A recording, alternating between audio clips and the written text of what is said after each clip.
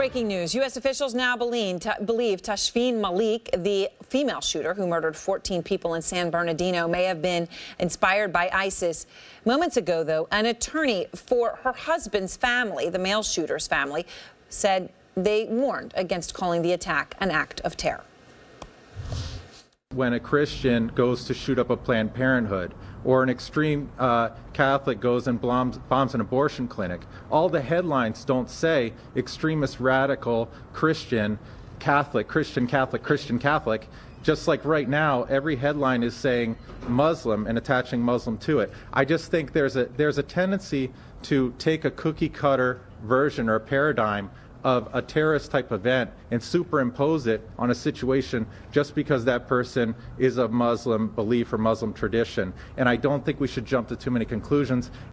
Out front tonight, former New York City Police Commissioner Bernie Kerik and Harris Zafar, national spokesperson for Ahmadiyya Muslim Community USA. So let me start with you, Harris. Some people have been saying this is the worst terror attack since 9/11 in the United States. What do you say?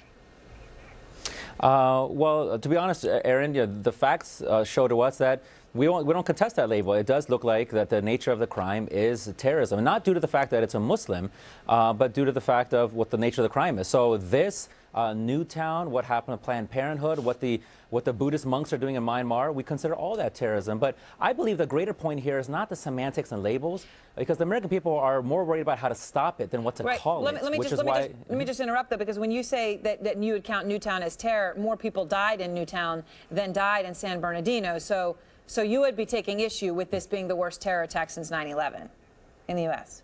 You're saying they're all terror, but that label would be unfair in your view? I do believe that, to compare the innocent lives is probably not very valuable. It's really about, these are all acts of terror that are happening in our country. And so we should talk about not just the labels, but the solutions. How do we stop groups like Daesh? How do we stop radicalization? How do we stop these mass shootings that are crippling our nation?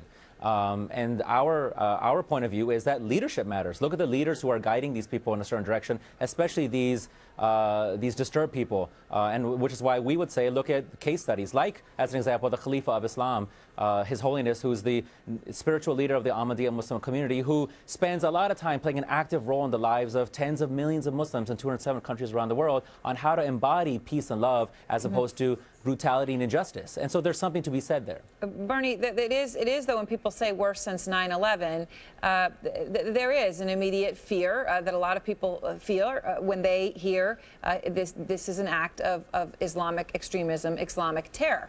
But if Newtown is an act of terror, and it did, of course, inspire terror in its community and around this nation, more people tragically died, then this wouldn't be the worst since 9/11. Is this nation too quick to just use the word terror only when it applies to Muslim acts? No, I don't think so. I sort of have to agree with Harris.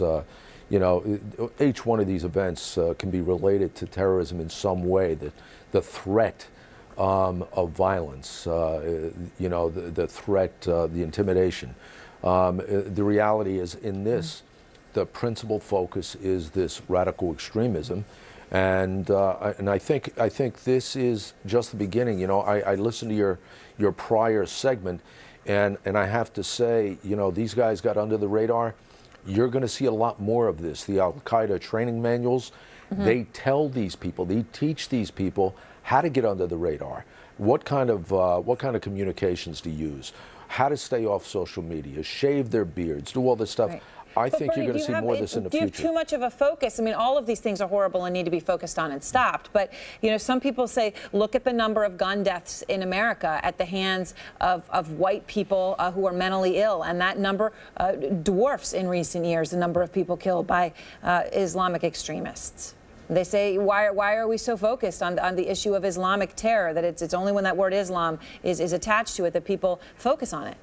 Well, I think the principal focus right now is these attacks have increased since September 11th, whether it's in Paris, whether it's here. And what Harris said is most important.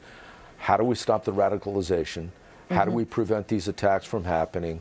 Where's the next attack going to happen? And how do we identify those that are in the country already? And the FBI is already monitoring, according to James Comey, more than 900 people. You know, that's a major, major concern. All right. Thank you both very much.